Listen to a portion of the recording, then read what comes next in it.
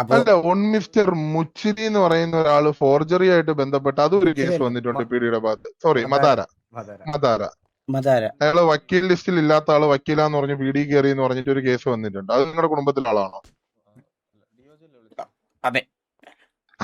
മൊത്തത്തില് തക്കുടുക്കാരൊക്കെ പ്രശ്നക്കാരാണ് അല്ലേ mister Vasu? Sir ഈ ഒരു 3 കാര്യം ഒഴിച്ചു കഴിഞ്ഞാൽ ബാക്കി എല്ലാം കൊണ്ടും നീറ്റാണ് ഞങ്ങളുടെ കുടുംബം. മുതുക്കിൽ ആരെടുത്ത് അന്വേഷിച്ചാലും പറയാം അത്ര തറവാട്ടി പറഞ്ഞ ഒരു കുടുംബമാണ് ഞങ്ങൾ സാർ. സാർ ഇവിടുത്തെ സാറേ, ആ. ഒരു പോയിന്റ്, 1 ലിറ്റർ പാല് ആ. പാഷാണമാക്കാൻ 1 തുള്ളി ഫൈനയുടെ മതി. സാറ് 3 തുള്ളിനെ പറ്റി പറഞ്ഞുകൂടെ?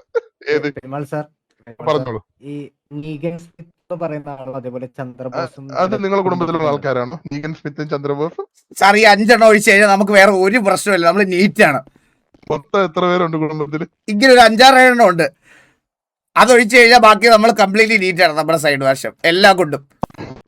എല്ലാം ഉണ്ട് അല്ലേ സാറേ? സാർ അതിപ്പോ എല്ലായിടത്തും ഉണ്ടാവില്ലേ സാർ ഒരു പാഷാണത്തി കൃമി? എന്തായാലും അല്ല, പാഷാണത്തിന് ഒരു കൃമിയാണെങ്കിൽ സഹിക്കാം mister Vasu.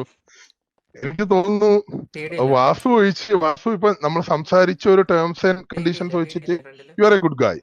Thank you so much. ബാക്കിയുള്ളവരെ പറ്റി എനിക്ക് വലിയ പിടുത്തമല്ല. എനിവേ, എന്തായാലും ആ പിടിയിലെടുത്ത ഫോർജറിയുടെ കേസ് രജിസ്റ്റർ ചെയ്യാൻ പറഞ്ഞോളൂ. സാറിന് വക്കീലിന്റെ ഇഷ്യൂ അല്ലേ? ഹരിത അല്ല ഹരിത വേണ്ട സാർ. അല്ലല്ല,